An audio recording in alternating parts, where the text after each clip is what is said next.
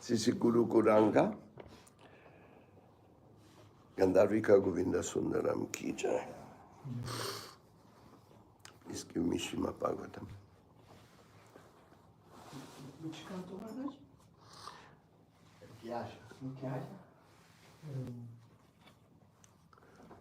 No, ese es en español. Se estamos diciendo nosotros. English.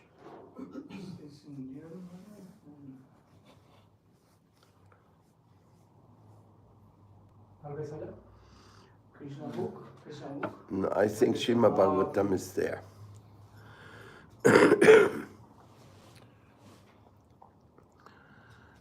Nashta prayeshu abhadrishu nityam bhagavata sevaya bhagavati tamashloka bhakti bhavati daishtiki.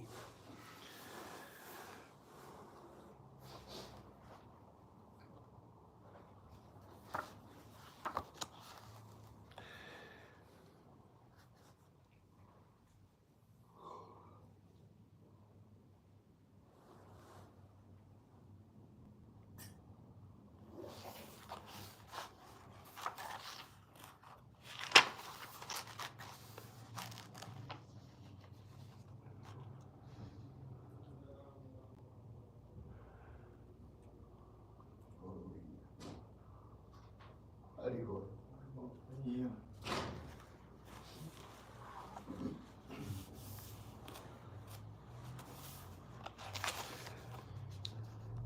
Yasitatma yatardyo munervyasa sutat aso hitvedam nipagangayam yasyati adha kutobayam. After inquiring about proper self-knowledge from the son of Vyasadeva, who will be a great philosopher, he will renounce all material attachment and achieve a life of fearlessness. Srila Bhaktivedanta Swami Prabhupada purport. Material knowledge means ignorance of the knowledge of one's own self. Philosophy means to seek after the right knowledge of one's own self, or the knowledge of self-realization. Without self-realization, philosophy is dry speculation or a waste of time and energy. Srimad Bhagavatam gives the right knowledge of one's own self. And by hearing Srimad Bhagavatam, one can get free from material attachment and enter into the kingdom of fearlessness. This material world is fearfulness. Its prisoners are always fearful, as within a prison house. In the prison house, no one can violate the jail rules and regulations. And violating the rules means another term for extension of prison life. Similarly, we in this material existence are very fearful. The fearfulness is called anxiety. Everyone in this material life, in all species and varieties of life, is full of anxieties, either by breaking or without breaking the law of nature. Liberation or mukti means getting relief from these constant anxieties.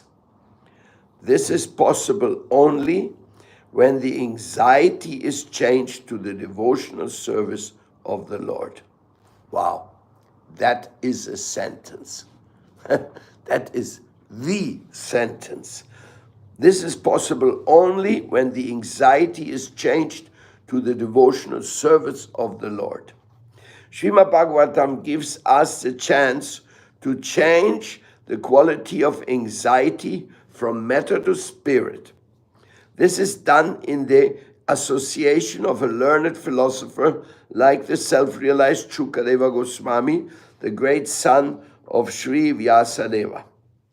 Maharaj Parikshit, after receiving warnings of his death, took advantage of this opportunity by association with Shukadeva Goswami and achieved the desired result. There is a sort of imitation of this reciting and hearing of Srimad Bhagavatam by professional men, and their foolish audience thinks that they will get free from the clutches of material attachment and attain the life of fearlessness. Such imitative hearing of Srimad Bhagavatam is a caricature only, and one should not be misled by such a performance of Bhagavat Shabdaha undertaken by ridiculous, greedy fellows to maintain an establishment of material enjoyment. Wow. This is Prabhupada, Srila Prabhupada, as he is. As it is, as he is. Because Srila Prabhupada is very, very clear. Very clear about his teachings. And the Srimad Bhagavatam is also clear. Mathematics are clear. You see, in mathematics, we have a clear understanding, and it is confirmed by every mathematician. Doesn't matter where in the world he comes from, what his philosophy is, the mathematics remains the same mathematics. So here in this shloka and its purpose, Srila Prabhupada points out to some very crucial and painful facts. Why do I say painful? Because they're painful for those who are in illusion. When they hear this, they go, no. I remember one devotee, he had a brother, and the brother was angry. Why you joined the Hare Krishnas? You're wasting your time. You're nonsense. So this brother, he was on a ship. He was like a sailor on the boat. So the brother who was devotee, just before his brother, because they loved each other very much before, so he had become angry because he became a devotee. So he gave him a Srimad Bhagavatam. He says, you read this, then you understand me. So he took the book on the boat. Later he told me, when he was on the boat, he was always thinking angrily about his brother. And then he took the Srimad Bhagavatam and said, let me at least look what these guys are saying. Let me look at it. And so he looked. If you're in the material world just serving your capricious ego and desires, you will simply be in anxiety and lost. And he became angry. This is speaking against our life. So he put it away. Angry. He was passing angry and angry and angry. But let me see what the next thing he's saying. There is an eternal identity, the natural search for happiness in every soul. It can only be fulfilled when you find that original source of your existence and you join in a positive attitude. Everything, like he was, in this way, angrily he read the Bhagavatam from the beginning to the end, this volume he got, just like this volume. When he reached the next port, he ran away from that place and he joined the temple. He says he was angrily studying the Bhagavatam and he was seeing, but it's all truth. It's all true. Every single sentence is the truth. This is not fiction. This is not fantasy. We don't learn anything like this in school, in university. And he was sincere. He loved his brother, but he was angry but he could see he gave me the truth. This book is based on truth, on facts. So the angry man became a devotee, and his brother, they were both very happy. And both of the brothers are still in Krishna consciousness. So, of course, to go to like Krishna consciousness is one step. To join Krishna consciousness is another thing. To become a good devotee in Krishna consciousness is another thing. And to stay a devotee in Krishna consciousness is another thing. And to go back home, back to Godhead, that is another thing. Right? Like 5 steps. In which step are you? Think about it. Here, it is talking about the impact. The impact is you achieve a life of fearlessness. Fearlessness. And there's a sentence of Srila Prabhupada which says, fearlessness can only be overcome when we enter into the life of devotional service. This fearfulness is called anxiety. Everyone in the material world, in all species and varieties of life, is full of anxieties, either by breaking or without breaking the laws of nature. Liberation or mukti means getting relief from these constant anxieties. This is possibly only when the anxiety is changed to the devotional service of the Lord. Instead of having anxiety for yourself, now you have some anxiety for Krishna's service. Because some anxiety will be there. In Krishna's service, we also have accepting anxiety. We have anxiety about all our fallen soul brothers who are in this world roaming around helplessly, without direction, sad. Let's put it that way. If we only consider those people who want to make suicide, only those, forget the others, only those who are thinking about suicide or actually attempting to make suicide, well, they would be the best candidate for coming to Krishna consciousness and enjoying a little bhakti yoga. Don't you think so? Chanting, dancing, eating prasadam, joining people, reading holy books. I mean, we have the perfect medicine. Srila Prabhupada has given us Inisheo Shadi Maya Nashibara Lagi Harinama Mahamantra Lautumimagi. He has given us the medicine, the Mahamantra, the Srimad Bhagavatam. What a medicine. And so if only those people who want to kill themselves would come here, we would be overfilled. We wouldn't have enough space for them. There's too many of them. I don't know how many people who commit suicide in Berlin every day. Maybe it's not even published, but there are a lot. So if we are feeling anxiety, yes, we feel anxiety for our brothers and sisters who are in the world without hope. Because we know how to get hope. By the grace of our Guru Deva, we got hope, we found devotional service. Now, devotional service, loving devotional spontaneous service, that is a long word, and it's a very, very short application. What does it mean? It means you have to sweat for service.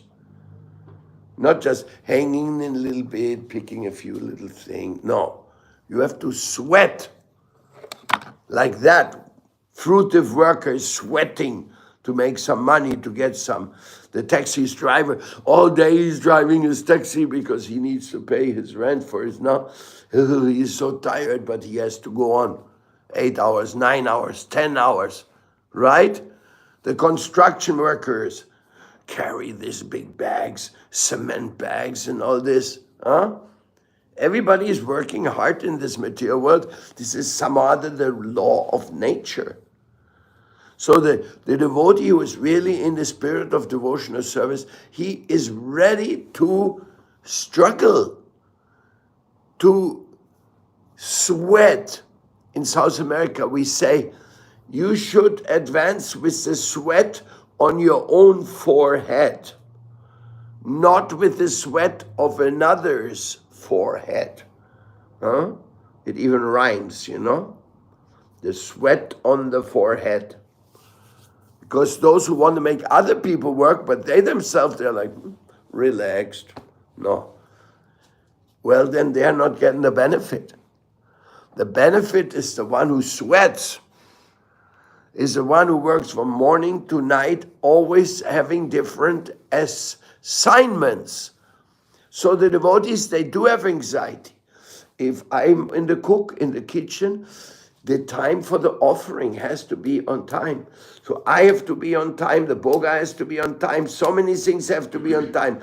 If I'm in Krishna's kitchen, I have some anxiety. If I go on Sankirtan, I have anxiety to distribute Srila Prabhupada's books. If I'm inviting people in the temple, I have anxiety. Temple must be clean. Temple must be friendly. Everything must be positive. Yes? And then sometimes things are not positive, then I have to fix them. In Krishna consciousness, you can't run away. You want to run away? Means you are taking your mediocrity with you. The one who is not running away, but the one who's fixing what has to be fixed, he is the one who is real. So don't think, you join Krishna consciousness, no more anxiety. Now I'm just on a little cloud of like very soft watte, how you say, cotton. Yeah, like soft cotton, like, and people are carrying me on a palanquin, and I am just sitting there, and maybe like Julius Caesar, eating a few grapes. No, that's not Krishna consciousness. It's not our concept. We just heard the song of the 6 Goswamis of Vrindavan. They were always absorbed in austerities. They were always absorbed in studying and explaining and writing books. You see, physical work and mental work, if you have really mental work, you're not sweating maybe here, but you're sweating inside to get it accomplished, what you're trying to accomplish.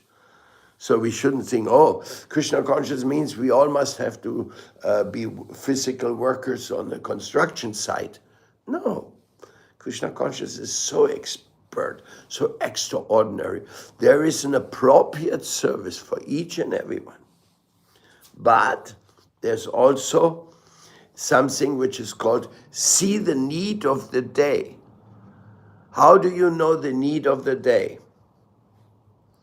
Well, if you live in a temple, you find out the need of the day by asking the president or the temple commander, what has to be done here today? And if we don't do it, then it has to be done tomorrow. So Mahatma Gandhi says, what you can do today, don't postpone it for tomorrow. That is a good life advice. What you can do today, don't postpone it for tomorrow. Tomorrow is many other things will come. You'll be busy tomorrow also. So don't worry, do what you have today. Do what the commander told you. Do what the president asked you to do. Do it and do it great. Do it first class. That is loving devotional service. And it becomes spontaneous when you put your best. The spontaneous part is when you really try to do your best. Just devotional service, loving, devotional, spontaneous service. It's a break. There's many attributes. No? So loving, well, I hope it's loving. Nobody is whipping you to do devotional service. I hope you do it out of some gratefulness and some appreciation. I'm in the temple, I can participate. I don't lock myself in my room. I go out and ask what service is to be done. Where am I needed? Only when you're in the spirit of looking for service, you see there's one thing. I want to share this with you.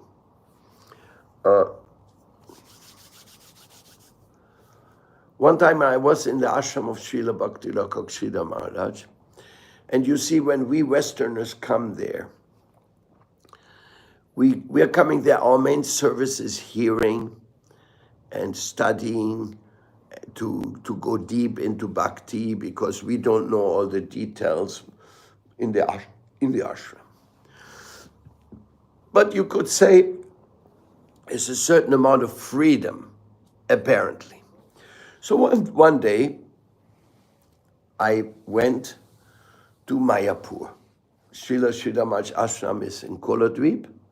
So I went to the Ghat, and I went over and went to Mayapur, and I took darshan at some temples. When I came back in the afternoon, the devotees were looking at me, says, "Why did you do that?" I said, what did I do? "Why did you do that?" They were smashing me. I said, what? "While you were gone, Srila Guru Maharaj asked for you, and he wanted to see you. And nobody could tell him where you were. So you created anxiety for our Gurudev. You're living here in this ashram, you must tell Gurudev where you are. Because you're not, the ashram is a family of care." Sometimes we lose a little bit this concept here in Berlin, because we got a few boys here who are studying and working outside, and they're here by contributing to the temple expenses, but they're not here because they want to practice devotional service. And sometimes we get confused. But we are not talking about them. We're talking about ourselves. We are here for advancing in devotional life. We are here for caring for Sri Guru's message and mercy. Here we are for caring for the presence of Thakurji being in Berlin, Radha Govinda Mandir. That's why we are here. Not for eating and sleeping. Everybody eats and sleeps. Even the bees, they also eat and sleep every day, but they have to go out flying from flower to flower. "Hey, get honey." "Oh, I'm so tired." "Get honey. Want to eat? Then you gotta fly and get honey." We have no space for lazy bees. But there's some bees, male bees. The hard-working bees, they're the female bees.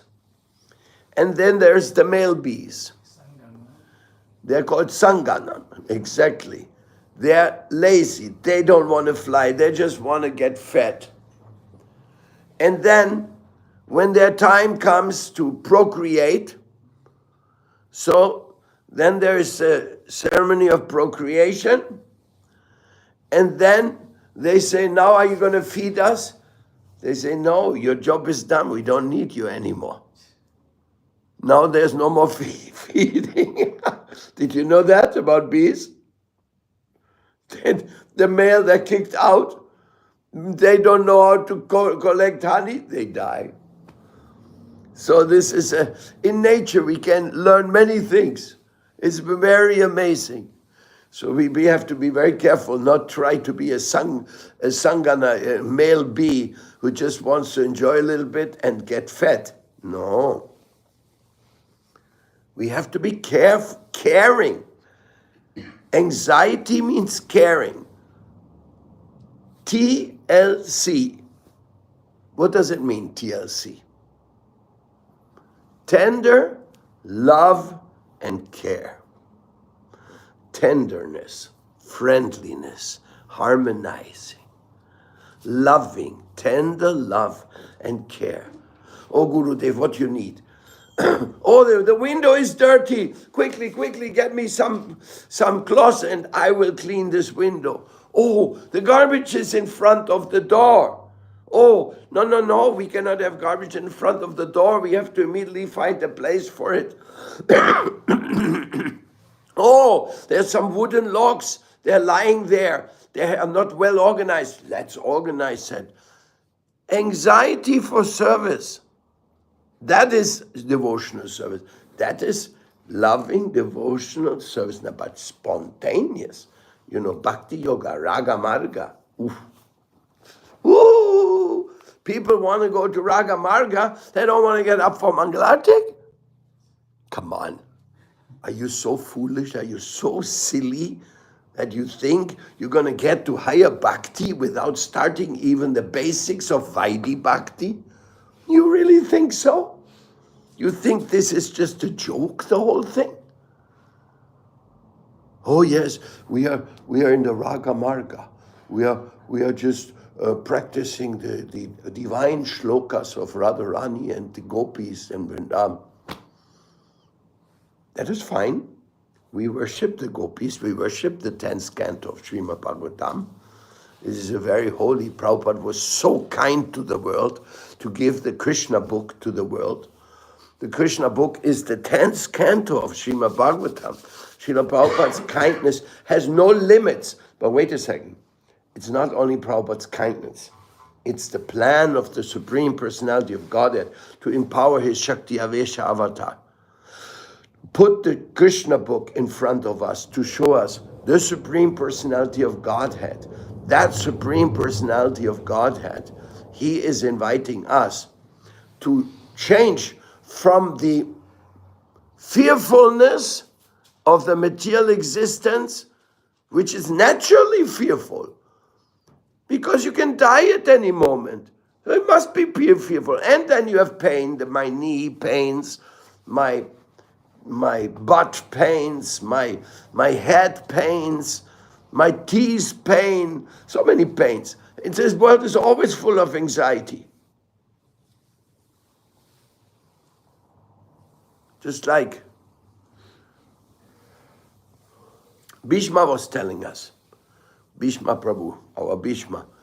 So he was taken in by the police in Hungary because he was practicing Krishna consciousness.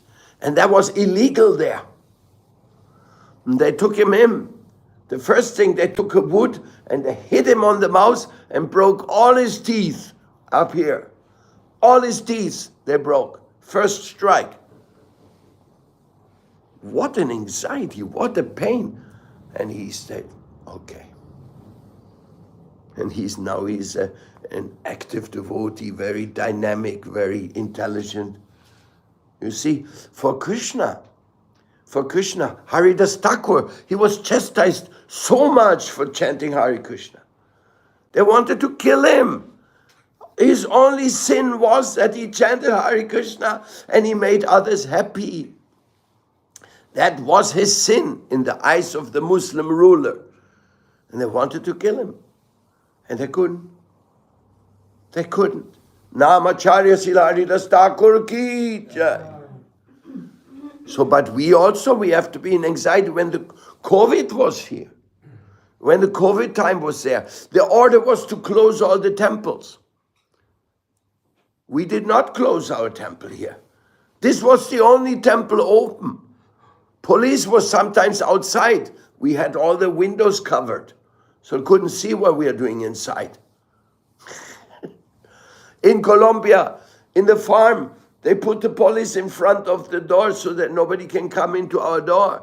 They had to all come from the back in. They have to get into the country and come in the backside. Krishna, anxiety. Yes, Krishna consciousness means facing the anxieties, but for Krishna, for preaching, to please Krishna. That is the medicine. Don't try to be free of trouble. No, take care of troubles to bring people to Krishna consciousness, to help them. That is the real meaning. And spontaneous here is like, for example, I tell you, please decorate the altar. And you look what is there, and you make a nice altar. Another level, you see what is there, and immediately you think, well, we could use this, we could use that, but we don't have it. You go out, you get it, somehow or other you manage, and tomorrow we have a new altar, new this, new that. Why do we have a beautiful altar? Because somebody was spontaneous. Everything beautiful is done spontaneous. Yesterday I met Ramakirtan, not yesterday, 3 days back. Ramakirtan. He joined the movement in Italy, and he was attracted to Krishna consciousness. He didn't know much, and he had some experience with typing. So immediately, like after 1 week in the temple, they put him in the BBT, and he typed all the books of Prabhupada in Italy. Chaitanya Chaitamrita, Srimad Bhagavatam, for the composer machine, because that was the time they were producing the books in Italian. The entire books he probably typed, and he got so inspired, and he did that. Unbelievable. That is spontaneous. That is voluntary, loving, and spontaneous when you do something for pleasing Krishna. And this is like we often talk to the people, please take responsibility. Don't only do what you're told. Also take responsibility. Find out what area is necessary to take responsibility. Then you will also become strong and happy. Now, here, Srila Prabhupada writes that everyone in the material world, in all species and varieties of life, is full of anxieties. So there's no way to live without anxiety. So have anxieties for Krishna. Be concerned for Krishna. Do things for Krishna. Otherwise, all you do is going to have material anxieties. There's no way. Somebody says, I want to live without anxiety totally, then he wants to have the Brahman, the impersonal Brahman. And that is another subject. You know what the devotees think about the impersonal Brahman? They consider it hell. They consider it hellish to go to a place of no concern. Brahman means, I don't care that Vaidyanatha exists. I don't care. Doesn't matter to me. Because I just want to be alone with nobody, no seva, nothing. And I don't want to know anything. Gaur Govind? No, I don't want to know anything about this Gaur Govind. Never, ever again. No. So what kind of a relationship is that?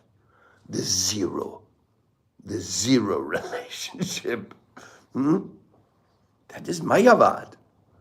Oh, Krishna, I don't care if Krishna exists. I don't want to know about Krishna. No. I just want to be zero. No feeling, no anxiety, no care, no nothing. No pleasure, no pain, no nothing. Or maybe they think that Brahman is some ecstasy, some feeling of ecstasy. Huh? Mayavad is hell for a devotee. No deity, no artik, no prasadam either. Of course, the Mayavadis, I've been with Mayavadis, I've lived with them, I know very well. For them, prasadam is just food. They don't think it's anything special. Maybe they have a prayer to Mother Earth or something, but there's no gratefulness to the Supreme Personality of Godhead for giving us this wonderful prasadam, like when we chant Sarira Vijajal Jatendriyataikal Jimebele Vishaya Shakare. No? Full of love, full of gratefulness. No, the Maya was just, okay, the food, finished. Also no concern to give food to others. Mayavadis said they're not engaging in prasadam distribution. Generally, at least not. Sometimes they may imitate the devotees because the devotees are good in prasadam distribution. Devotees, they don't mind to work very hard to distribute prasadam. Like in our Sunday feast, so beautiful. How many people are standing in line to get a plate, to get a plate of prasadam, and then they stand in line again to wash their plates. It's beautiful. Yeah. It's actually beautiful. At least they wash their plates. Devotional service is full of surprises and full of, like for example, we can make this temple 10 times more beautiful. Well, how? Just by working, by get the idea and get it done and coordinate with the others. We have a tendency of Germany, everything fills up with useless items and not even organized, and then nobody is responsible and it just stays there for 3 weeks. So many things can improve, but this temple is just an example. Look at your own room. Look at the mess you have in your own room. Is it clean? Is it organized? Or do you have a plate there of food from 2 days before and you didn't wash the plate yet, huh? Well, and what kind of a mess are you living? Or are you like the Paka Brahmin, everything 100% clean, Achman all the time? You see, there's so much to be done, so much to be learned. It is unlimited. Unlimited. There's no end to it. We should never think there's an end to devotional service.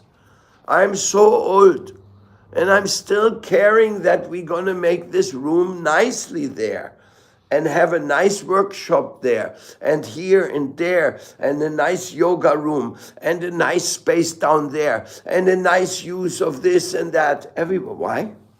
Because that is what comes in front of my nose. So I care. So in the same way, if you want to, then you also accept that anxiety of making Krishna consciousness a success story in Radha Govinda Mandir. It's a question of a success story. Each and every one of us has to produce a success story. Krishna consciousness is your success story. And where does a success story start? Mangalarti. Chanting the holy name. Coming to class, receiving some responsibility and working hard for it. And do whatever is required. Your personal success story, I don't know what it is. Because also the success story is each and even. Like when I was sent out on Sankirtan, my success story was trying to sell many books. Without ego, just to sell many books, to convince many people to buy a book. One time I asked Srila Prabhupada, do you want me to do that for the rest of my life? Just go out and sell your books. Is that what you want me to do? And you know what he answered to me? He said, who is going to manage these temples nicely? Because I was a Sankirtan devotee, a brahmachari, So I said, only thing I knew, take my books and go out. Of course, sometimes I also did some other things. I got sick. Here in Berlin, I was telling the other day, here in Berlin, when I had an accident, so I couldn't go out on book distribution with a heavy bag. So then I went to East Berlin. East Berlin, that was very close by here, Nordbahnstraße. That was where the wall was. So every day when we went out for Sankirtan, we went to the S-Bahn and we looked in the other side. That was East Berlin that time, no? We were in West Berlin, East Berlin. So at that time, since I couldn't go on Sankirtan with heavy bags, I said, I will go to East Berlin and do Sankirtan. So I went to Checkpoint Charlie every day. You could get a one-day visa as a Western guy. Only one-day visa. That existed for people being able to visit your family. So I went over the border. You had to pay 15 marks every day for the visa. They were making business. Then I went into the toilet. Inside the toilet, I took off my pants, because I went over dressed like him. And then in the toilet and put on my dhoti and my kurta and everything and put on tilak. And then I came out like a bhakta. And my work was walking in the streets. My service was simply walk and wait that people will address me. Because that was totally prohibited to preach. So to approach people, forget it. So I had to wait for people to come to me. Hello, who are you? And people were so curious because they had never seen a Hare Krishna monk before. So I was walking in the streets, just walking with my japa, no? Hare Krishna, Krishna Krishna, Hare Hare, Hare Rama, Rama Rama, Hare. I didn't even have books with me because anytime the police could stop me, says, what are you doing here? So I couldn't be like, my only preaching was my words. Can you believe that? So somebody stopped me and says, yes, and I started preaching to them. Yes, this is. And then if they became interested, then I told them, listen, on Sunday, we will meet and have a program in a park. And it was every Sunday a different park. I picked different parks. And those who gave me their telephone, I wrote it down. And then we called them. Tomorrow the program is in this park, that park. Because the Stasi was also hearing. Huh? The Stasi was also hearing your maybe, but I don't think they were that sophisticated. That they was listening to everybody. That's only today, the Americans, they know how to do that. Because now they have the algorithm. At that time, they would have to have somebody to listen. They didn't have so many people listening to everybody's phone call. And then we went to the park, and then we came from West Berlin, not only one, but 2, 3, one for the kartals, one like this. And then we cooked, or we brought some sweet balls, and we gave prasadam to the people. And every Sunday was in a different park. And they didn't know. There were some Stasi reports. Just recently, we got the Stasi files about the Hare Krishna. And there was one report. Oh, I went to a park and I saw some people. One guy was dressed like a monk, and there was 10 people sitting there, and then they were singing, and there was reports like this. Stasi was getting news. But that was my preaching there. Just walking around, making contacts. And in this way, the Krishna conscious movement started in the East. Of course, later, finally, the wall came down. Then another story is quite some exciting news happened here over all the years. But my point is that you have to make your success story. Devotional service means a success story. Now, all of us, when our guru dies, there's a very sad event. That's like, ugh. Because when the guru is there, he tells you, do this, do this, do this, do this, do this, and I'm going, yes, done, like a genie. Gurudev, what more? Okay, do that, done. What's next? Do this, done. That is a good devotee. So Guru is giving service, right? Like this. Da, da, da, da, da. Very merciful Guru. He can be Diksha Guru, he can be Shiksha Guru. That does not matter. But he's giving service.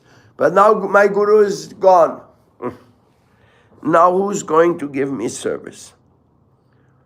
Then now I'm in a problem. Double problem.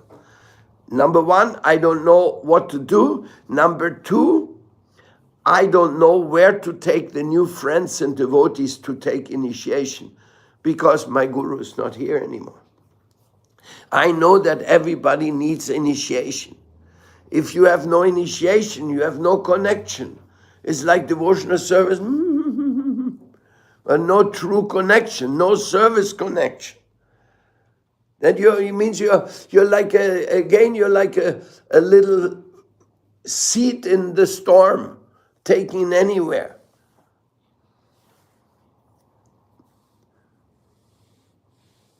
It's all in the hands of Krishna. So two things. So after my Guru leaves this world, I'm in a calamity. How am I going to serve now? What kind of success story? Who's going to check upon my success story? Of course, Krishna is a Chaitya Guru. He checks on everybody. Krishna is aware and helping each and every one.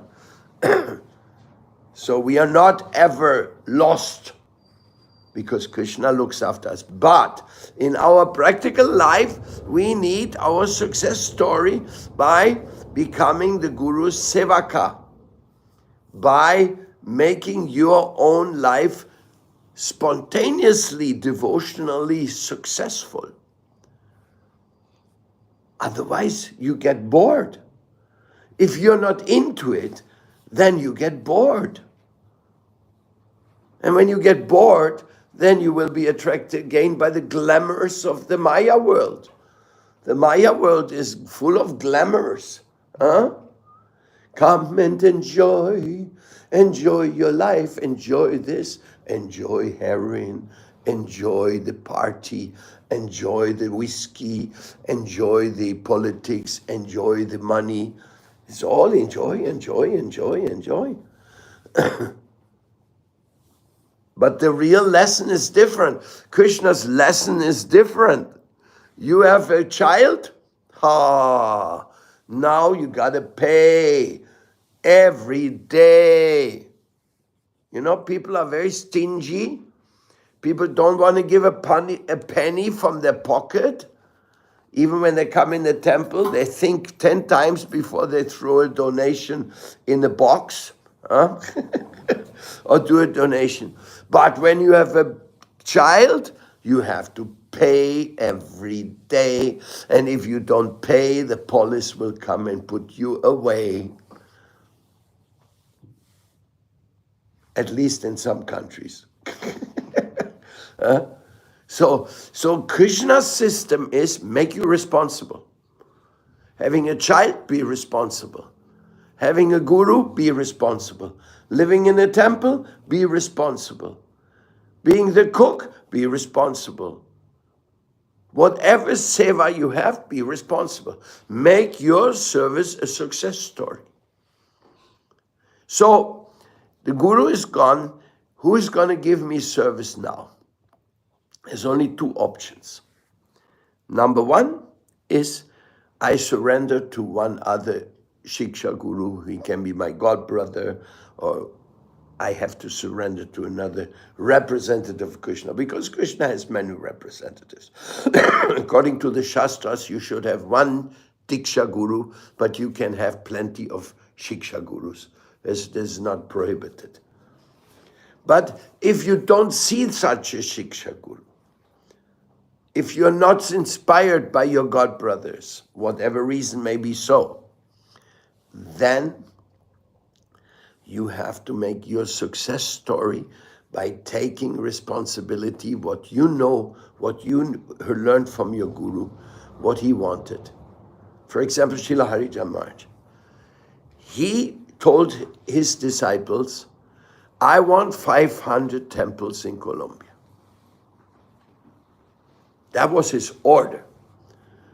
So if anybody is a disciple of Srila Harijan Maharaj and he's not opening a new temple, then he's missing out on a success story. But to open a temple, that's not an easy thing. A temple can be very small. You don't only need a big place like this for a temple. No, temple can be one room. Srila Harijan Maharaj became a devotee, you know where? In a garage. The first devotees who came to Colombia preaching from Venezuela, because Prabhupada asked them, this is Krishna consciousness. One Colombian guy, he bought a book of Srila Prabhupada in the airport of Miami.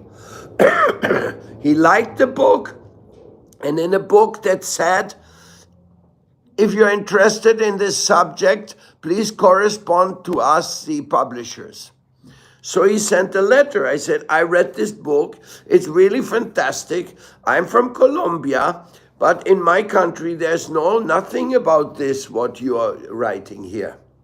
So they sent that letter to Los Angeles, where the publishing department was. They got it. They said, oh, we have to show this to Prabhupada. So they showed to Prabhupada. There's a guy from Colombia. He said, there's nobody giving Krishna consciousness in Colombia, and they like it, and this is the person. Prabhupada immediately sent, Venezuela devotees, send somebody to Colombia. There's some call, they need Krishna there. This is how it happened. I'm telling you the true story. So immediately, Ilan Chester, Javi, and some other devotees were sent from Venezuela to go to Bogota and to visit the person who had written the letter.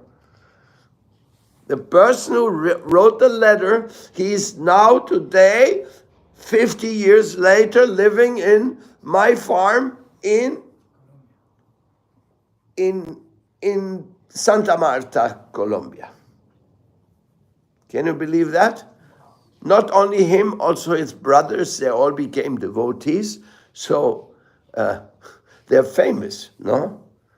And so he's there in the temple of Santa Marta doing the pujari work.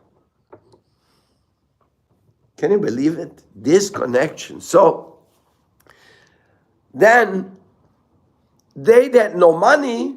They came to Colombia with no money. So they rented a garage. There was a garage with one toilet inside. You know, garage, to put a car. Yeah. So in that garage, which they rented, that was the first Hare Krishna temple in Bogota.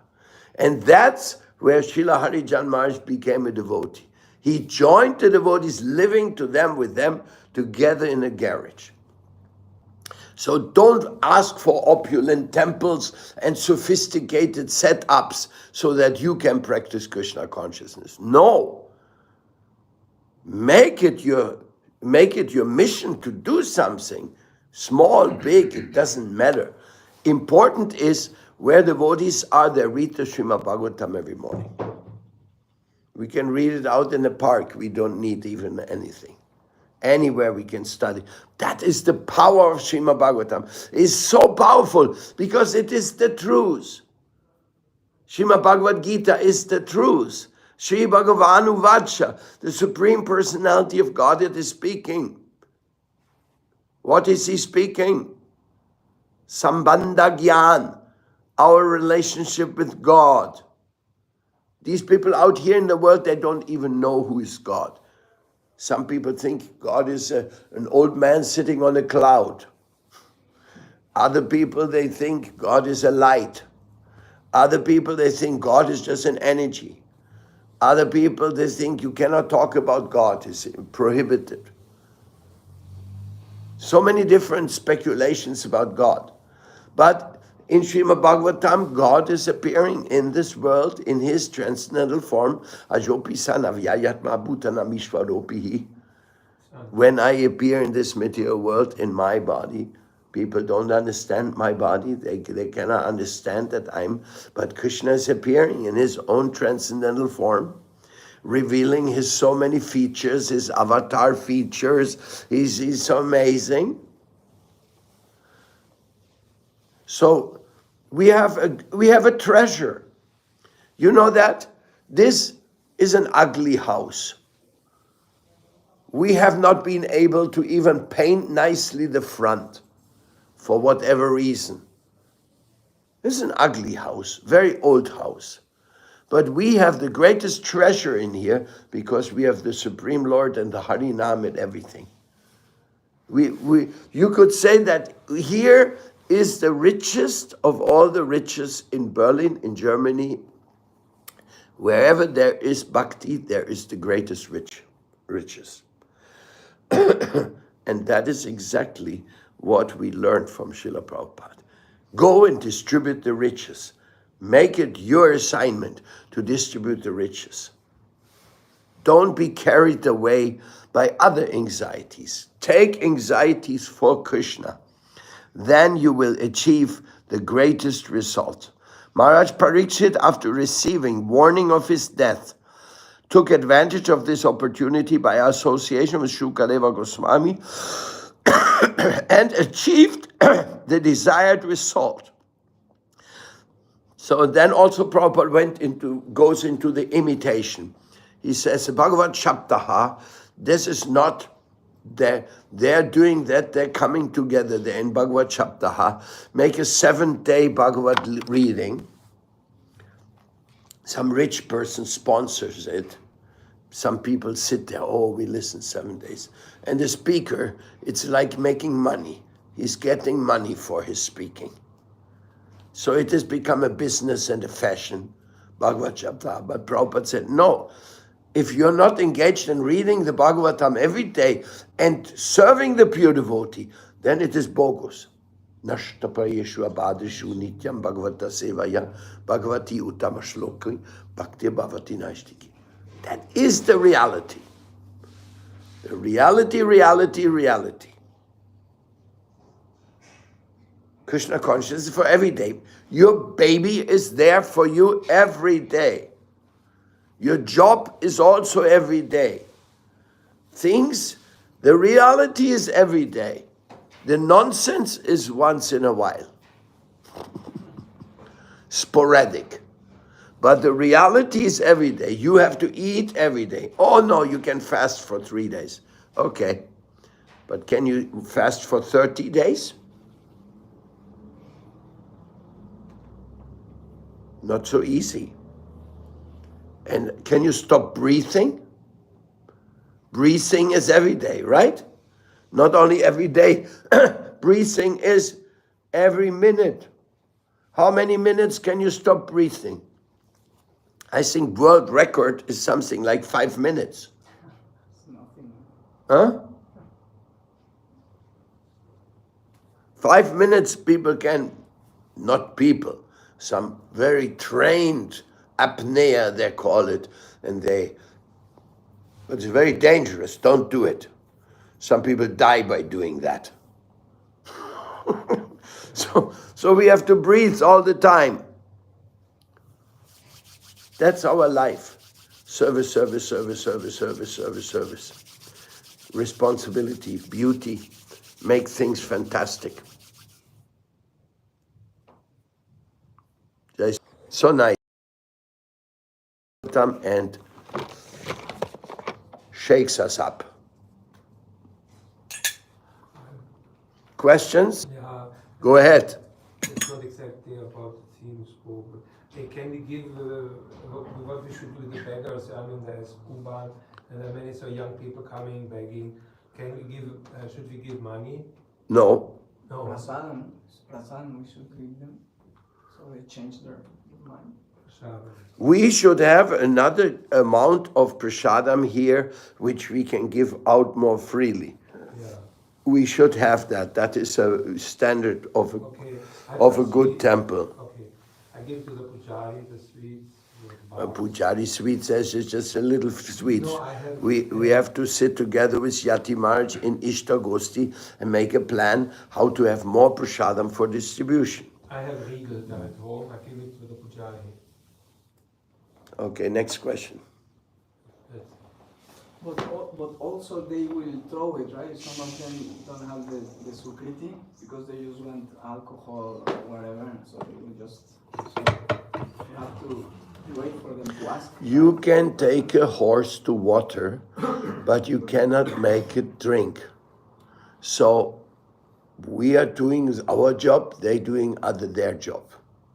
If somebody doesn't take it, this is their problem. Of course, we don't throw it. We ask, you like, please. Everything is very normal and sane. It's always a good answer. And really the problems we have, they're so easy to solve.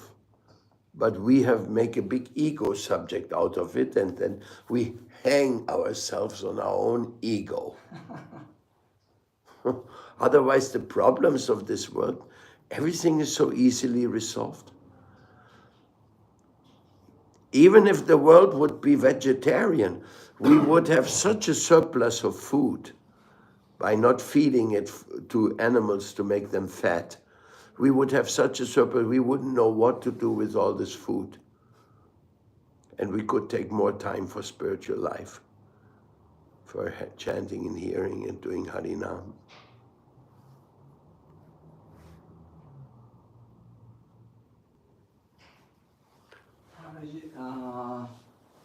Could you tell us, like in Argentina, it was so difficult? How, just a small Can you story? speak a little louder? My hearing is not so good. Like, could you tell us just a little story, short story of how in Argentina the movement started? Like here in East Germany was also very difficult because of communism. Oh, Krishna consciousness has been difficult everywhere. Everywhere. In South America, Argentina was a military dictatorship. In Chile, dictatorship. In Uruguay, dictatorship. In Brazil, dictatorship. In Paraguay, dictatorship. In Bolivia, dictatorship. And these dictators are very heavy. They would disappear their opposition at any time. In Argentina, the devotees were persecuted, prohibited. They had to go into hiding. Yes. Heavy times. I was very lucky I was involved there.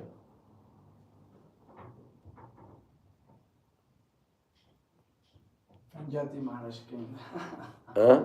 Yati Maharaj came from that preaching, right? Yes, of course.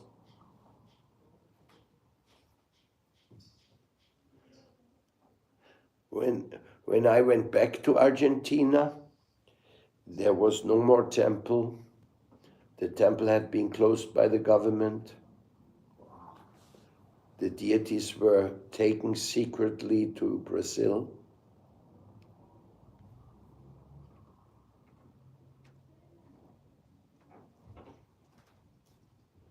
And there's a lot of stories. You're telling the stories of how Krishna consciousness was challenged in South America. That's another beautiful subject. We can give a separate class on that. I think Mexico was the easiest because Prabhupada went there and the first temple was started and it's still there. Tiburcio Montiel. That temple is still there. But still, Mexico also had the challenges. Of course, there's challenges everywhere. All glories to Srila Prabhupada, all glories to the preachers of Bhaktisiddhanta Saraswati Thakur's family.